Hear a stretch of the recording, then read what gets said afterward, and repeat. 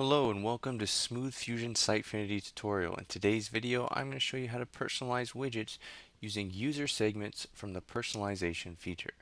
So if you do not already have user segments, please see our other video on how to create those. But I've created my user segments beneath the personalization tab. So let's dive into the home page.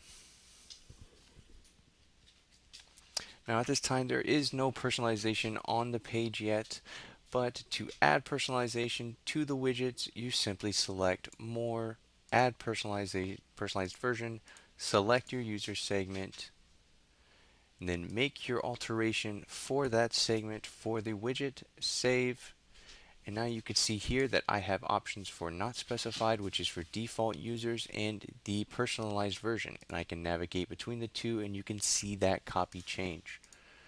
Now this can be done any number of widgets, so you can see a personalization version here on this card widget, on this list widget, testimonials widget, so any widget on the page can be customized.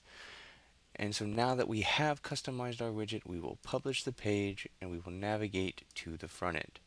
So I already have the default page pulled up before I implemented the personalization, and as you can see here you have the original message targeted towards the default audience, and then I have my second page pulled up here targeted to the Gainesville audience. And since Gainesville is the home of the University of Florida, I have inserted a promo code specific to those users so that you could track which users are using this promo code in your cart and may be able to determine if the user is from the Gainesville area.